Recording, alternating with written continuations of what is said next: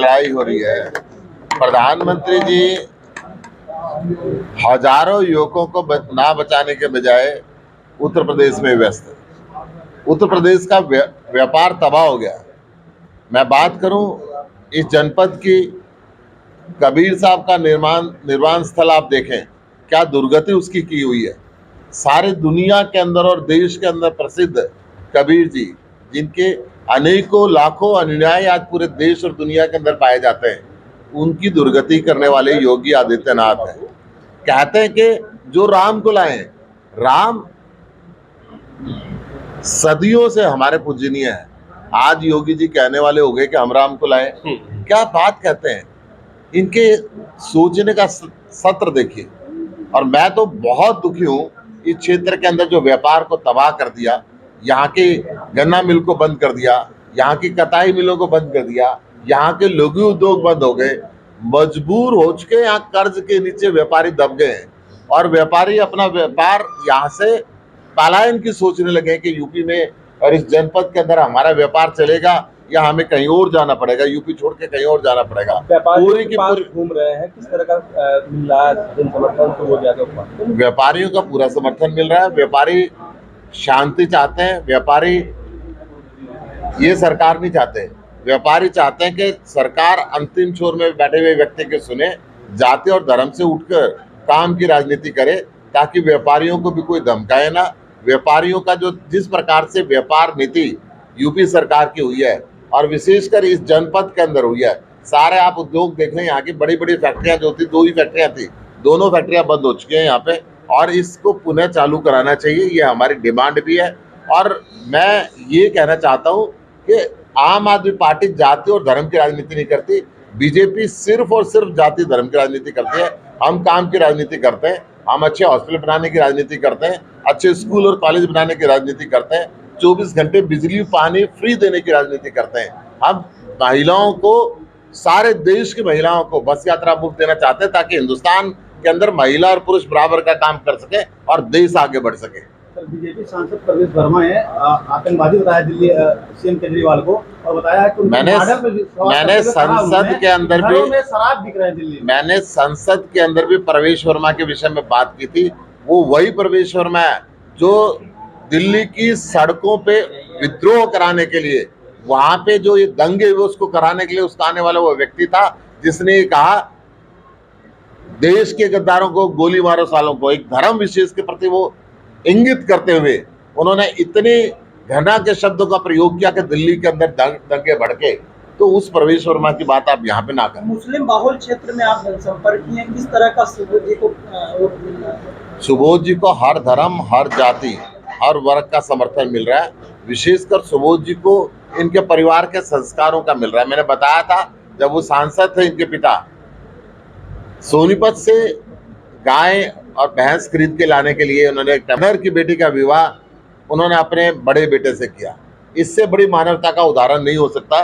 जो इस परिवार का मानवता का उदाहरण है, ये दुनिया के अंदर जाना जाएगा कि ऐसे भी सांसद हैं जो अपने सरकारी स्टाफ जो है, अगर उसके ऊपर भी कोई आपत्ति आ गई तो उसको परिवार के सदस्यों की तरह ट्रीट करके अपने परिवार का सदस्य। देखिए, पहले चरण से लेकर 7वें चरण तक भारतीय जनता पार्टी उत्तर प्रदेश से साफ होने जा रही है।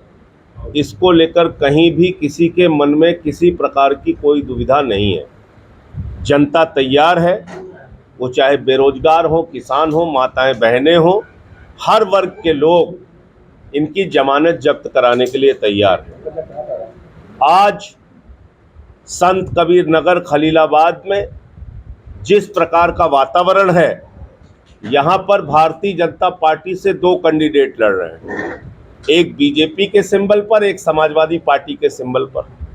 और बहुजन समाज पार्टी के जो प्रत्याशी हैं, मायावती जी ने ये साफ तौर पे कह दिया है कि बीएसपी जीतेगी तो हाथ में कमल का फूल लेके घूमेगी। तो उनका चुनाव निशान हो गया है हाथी के सूंड में कमल का फूल। तो उनसे भी लोग सावधान हैं। एकमात्र प्रत्याशी हैं सुबोध चंद्र यादव जी, जिनके पिता का अनुकरणीय कार्य इस क्षेत्र के लिए रहा है। वो चाहे विकास का कार्य हो या लोगों की व्यक्तिगत मदद करने का कार्य हो, इन दोनों कार्यों के कारण, इन दोनों तरह की उनकी राजनीति के कारण आज एक जबरदस्त लोकप्रियता पूरे क्षेत्र में है। आज सुबोध चंद्र यादव जी को इनके पिता के अच्छे कार्यों की बदौलत एक बड़ा जनसमर्थन और इनके अच्छे स्वभाव के कारण, इनकी योग्यता के कारण एक अच्छा जनसमर्थन सभी वर्गों में मिल रहा है। चुनाव वो जीतता है जिसको सभी जातियों धर्मों का वोट मिलता है। सुबोध चंद्र यादव के लिए मैं कल से प्रचार कर रहा हूं। प्रजापति में गया, विश्वकर्मा में गया, चौरसिया में गया, कुर्मी समाज में गया, व्यापारी समाज में गया, यादव समाज में गया, कोरी समाज में गया, मुसलमानों के बीच में गया। सब ने एक स्वर में कहा इस क्षेत्र के लिए सुबोध चंद्र यादव जैसा नेता चाहिए और इनको विधायक बनाने के लिए हम लोग हर तरीके से तन मन धन से सपोर्ट करेंगे। कल मैंने अपने आंख के आगे दृश्य देखा, मुझे बड़ा आश्चर्य हुआ। आज की राजनीति में जहां लोग पैसे देके, खाने का पैकेट देके, तमाम तरीके से लुभावने वादे करके रैलियों में भीड़ लेके जाते हैं, सुबोध चंद्र के जेब में कोई 500 रुपए चंदा दे रहा था, कोई 200 रुपए चंदा दे रहा था, कोई 1000 रुपए चंदा दे रहा था। जिसकी जो हैसियत है ये दिखाता है कि कैसा जनवादी नेता किस प्रकार का होता है। और इसलिए मैं इस क्षेत्र के लोगों से, आप लोगों के माध्यम से अपील करना चाहता हूं, आज इनके पिता का साया इनके ऊपर नहीं है, इस क्षेत्र के लोग इनके अभिभावक हैं, उनका साया इनके ऊपर है।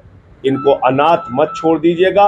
और आज आप सबसे हाथ जोड़कर अपील है कि सुबोध चंद्र यादव जी को यहाँ झाड़ू निशान पे बटन दबा के भारी मतों से जिताइए और राजनीति की गंदगी को हम लोग साफ करेंगे। संजय जी, आप क्या मानते हैं? देखिए, वो भीड़ वोट का हिस्सा कतई नहीं होती जो बुलाई जाती है, जो आप कह लीजिए कि खाने का पैकेट और पैसे देकर बुलाई जाती है।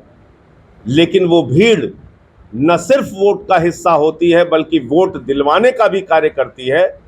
जो लोग स्वयं से चंदा देकर अपना समर्थन देने के लिए आते हैं।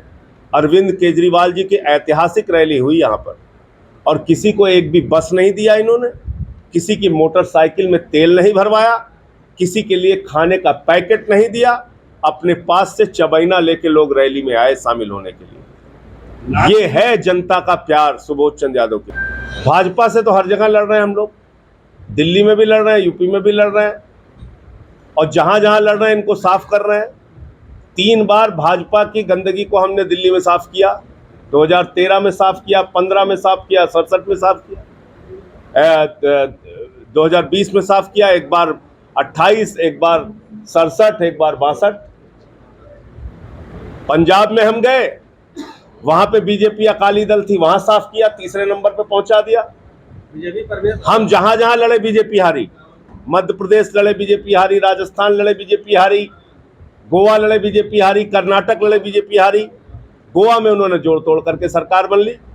उत्तर प्रदेश के अंदर आदित्यनाथ जी की सरकार के खिलाफ सबसे मजबूती से लड़ने का काम किया। राम मंदिर का घोटाला भी खोला, जल जीवन मिशन का भी घोटाला खोला, कस्तूरबा का भी घोटाला खोला, कोरोना का भी घोटाला खोला और 21 मुकदमे मेरे ऊपर हुए। राष्ट्रद्रोह का मुकदमा हुआ है। तो भारतीय जनता पार्टी से तो लगातार हम लोग दिल्ली से लेकर यूपी तक लड़ रहे हैं। अरविंद जी ने एक बयान दिया है कि साइकिल वालों इस बार बटन दबा दो। देखिए, हाँ, हम सबसे यही कह रहे हैं, वो चाहे साइकिल वाले हों, चाहे कमल वाले हों, चाहे हाथी वाले हों, इस बार झाड़ू का बटन दबाइए। सब लोग झाड़ू का बटन दबाइए, इसलिए कि जो बदलाव की राजनीति दिल्ली में शुरू हुई है आज उसकी प्रशंसा पूरी दुनिया में हो रही है। अमेरिका के राष्ट्रपति की पत्नी, ट्रंप की पत्नी हिंदुस्तान आती है तो वो कहती है हमें केजरीवाल जी का स्कूल देखना है।